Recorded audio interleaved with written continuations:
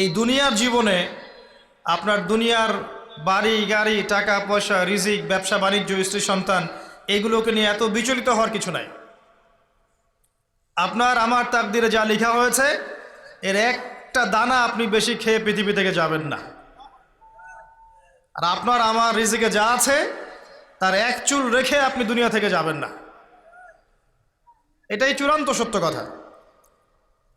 আপনি ঘুষ খান আর সুদ খান আর দুর্নীতি করেন আর মানুষের সম্পদ আত্মসাৎই করেন না কেন, যতটুকু লেখা আছে আপনার তাকদিরে এর বেশি আপনি কিচ্ছু পাবেন না।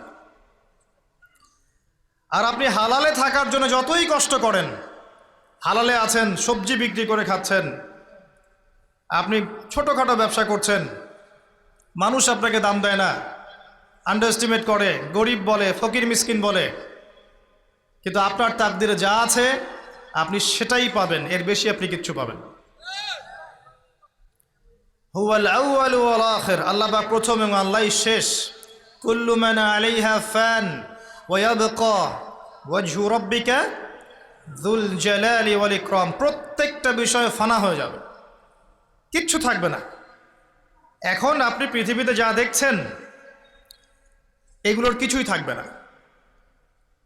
প্রত্যেক মানুষ, প্রত্যেকটা জিন, প্রত্যেক উদ্ভিদ, প্রত্যেক এই প্রাণী, আকাশ, মহাবিশ্ব, গ্রহ নক্ষত্র, চন্দ্র সূর্য, সমুদ্র, পাহাড় পর্বত, বিশ্বনেতা, রাষ্ট্রনেতা, সমাজ নেতা, পরিবারের কর্তা, অর্থনৈতিক নেতা, সবাই মারা যাবে, সবাই শেষ হয়ে যাবে, কিচ্ছু থাকবে না।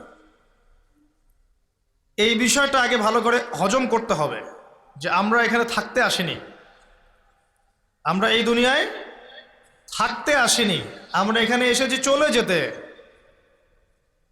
যার মনের মধ্যে এই কনসেপ্ট থাকে সে কখনো আল্লাহ পাকের বিদ্রোহী হতে পারে না, সে কখনো আল্লাহ দ্রোহিতা করতে পারে না, কুফরি করতে পারে না, শিরক করতে পারে না, আল্লাহর অবাধ্য হতে পারে না। যার মনের মধ্যে এই চিন্তা বদ্ধমূল যে আমি এখানে থাকতে আসিনি, আমি এখানে মুসাফিরের মতো এসেছি, গাছের ছায়ায় বিশ্রাম নিচ্ছি, বিশ্রাম নিয়ে শেষ হবে চলে যাব। যারাই আল্লাহ দ্রোহিতায় লিপ্ত হচ্ছে, শিরিক করছে, বেদাত করছে, হারাম খাচ্ছে, ঘুষ খাচ্ছে, সুদ খাচ্ছে, জেনা করছে, আল্লাহ দ্রোহিতা করছে, আল্লাহর বিধানকে অস্বীকার করছে, তারা ইনডাইরেক্টলি ধরে নিয়েছে যে তারা মনে হয় পৃথিবীতে চিরকাল থাকবে। কারণ যদি কিয়ামতের মাঠের কথা তাদের স্মরণ থাকতো তারা কখনোই কাজগুলো করতে পারতো না, পারতো? এবার আসেন, আল্লাহ পাক কলম সৃষ্টি করে তাকদির লিখেছেন, অতএব তাকদির নিয়ে প্রিয় ভাইয়েরা বিচলিত হবেন না। আপনার তাকদিরে যা আছে আপনি পাবেন, যা নাই কোশ্চিনকালেও পাবেন না, ফুল স্টপ। আপনার তাকদিরে যা আছে আপনি পাবেন, না পেয়ে আপনি দুনিয়া থেকে যাবেন না, ফুল স্টপ। আর আপনার তাকদিরে যা নাই সারা দুনিয়ার মানুষ মিলে আপনাকে দিতে পারবে না, এই চিন্তাটা আগে মাথার মধ্যে সেট করেন। এই চিন্তা যার মধ্যে ইনস্টল করা আছে সে আত্মহত্যা করে না কখনো, সে হতাশ হয় না কখনো, সে ভয় পায় না, আল্লাহর পথে চলতে গিয়ে পিছু পা হয় না, সে জালেমের সামনে মাথা নত করে না। যার মাথায় এই চিন্তা আছে যে আল্লাহ যা লিখেছেন এটা হবে, যা লিখেন নাই সারা দুনিয়ার মানুষ মিলে সেটা হবে না, সিম্পল। এর মধ্যে আল্লাহ পাক পরীক্ষায় ফেলবেন, ওই বিষয়টা ডিফারেন্ট। আমি অবশ্যই তোমাদেরকে পরীক্ষা করব ভয় দিয়ে, ক্ষুধা দিয়ে, সন্তানের কি ইন্তেকাল দিয়ে, ফসলের ক্ষতি দিয়ে, সম্পদের ক্ষতি দিয়ে আমি পরীক্ষা করব। কিন্তু যারা সবর করবে এবং যারা এই কনসেপ্ট রাখবে ইন্না লিল্লাহি ওয়া ইন্না ইলাইহি রাজিউন, এদেরকে আল্লাহ পাক প্রশংসা করেছেন, ইনশাআল্লাহ এরা সফল হবে। আল্লাহ পাক তাকদির লিখে ফেলেছেন, তাকদির নিয়ে টেনশন করবেন না, রিজিক নিয়ে টেনশন করবেন না। এখনকার যুব সমাজের সবচেয়ে বড় টেনশন রিজিক। একটা জব, একটা ভালো জব, একটা ভালো ব্যবসা, সে সিকিউরড লাইফ চাচ্ছে, রিজিক নিয়ে চিন্তা করবেন না। আপনার কাছে যে রিজিক আছে এটা আপনার কাছে আসবেই ইনশাআল্লাহ, হয়তো সময় লাগছে, কিন্তু আপনার কাছে আসবে ইনশাআল্লাহ তাআলা। আপনি হালালের উপর থাকবেন, ন্যায়ের উপর থাকবেন, আপনি অন্যায় পথে রিজিক সার্চ করবেন না। আপনার তাকদিরে যে রিজিক আছে আপনার কাছে আসবে ইনশাআল্লাহ। এবার আসেন, আল্লাহ পাক এরপরে সৃষ্টি করেছেন মহাবিশ্ব, এই পুরো মহাবিশ্ব তাকদির লিখার পরে মহাবিশ্ব কয়দিনে? ফি সিত্তাতি আইয়াম, 6 দিনে। মাত্র 6 দিনে আল্লাহ পাক পুরো মহাবিশ্ব সৃষ্টি করেছেন।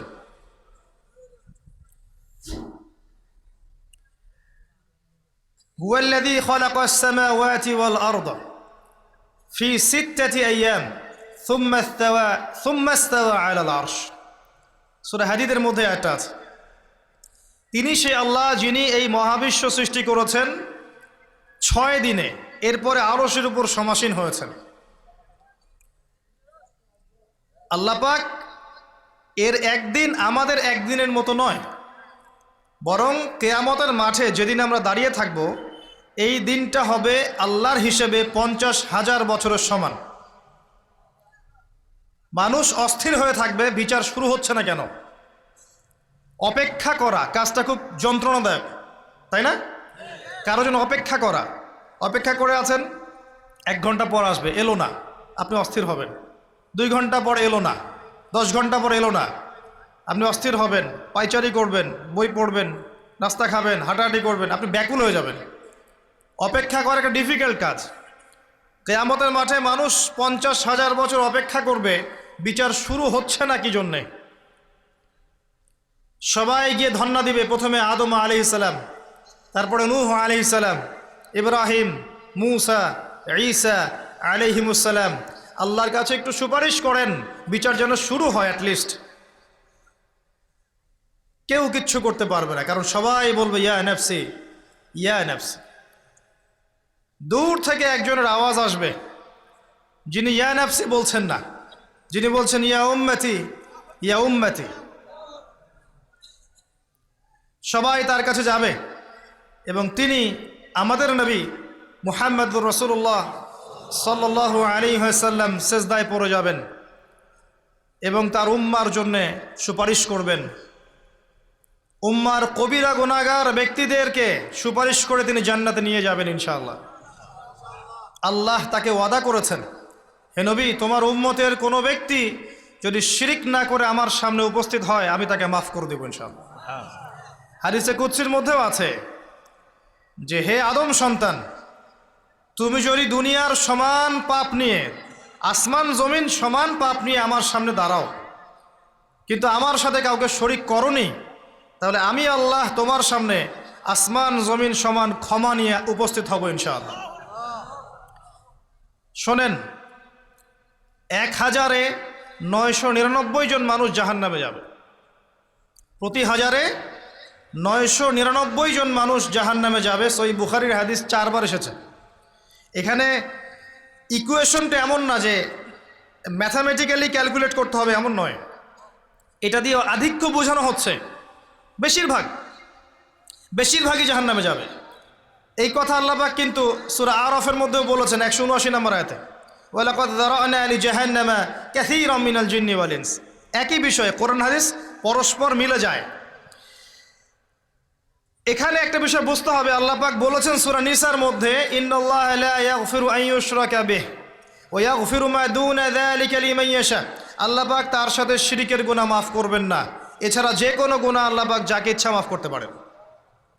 তার মানে যে বেশিরভাগ মানুষ জাহান্নামে যাচ্ছে তাদের আমল নামায় কোন পাপ থাকতে পারে?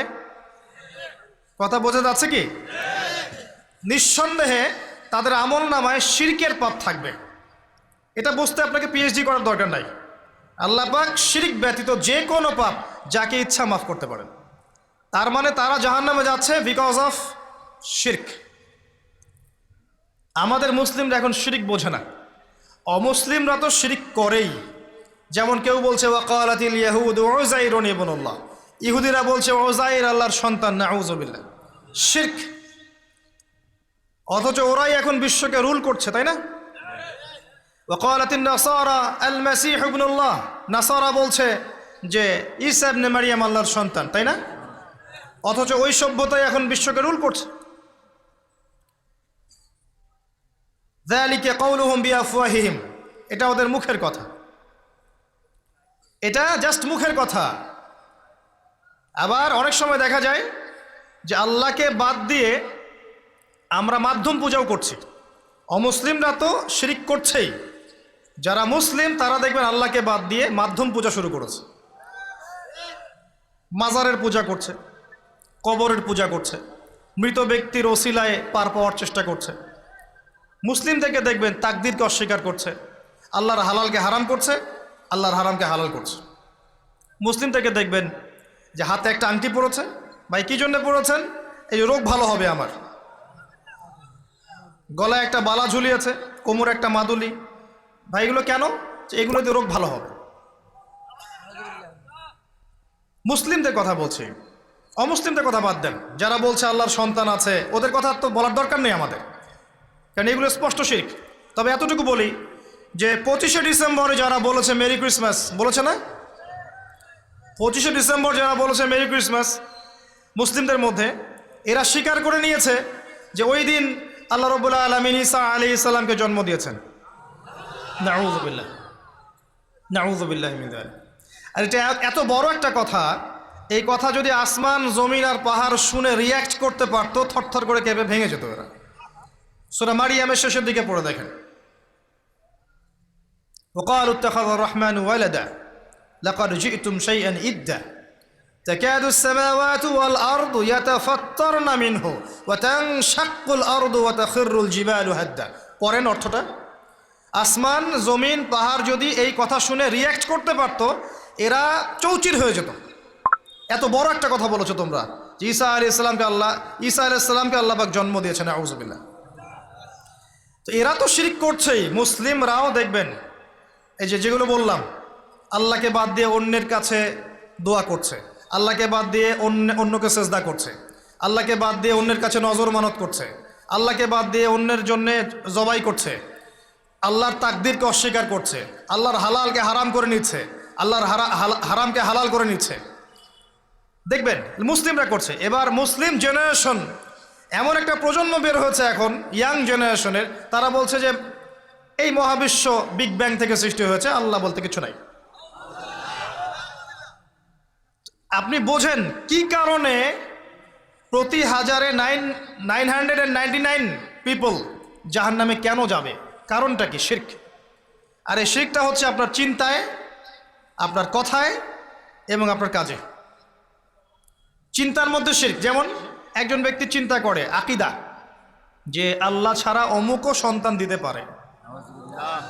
এরকম আকীদা নাই মুসলিমদের? আছে।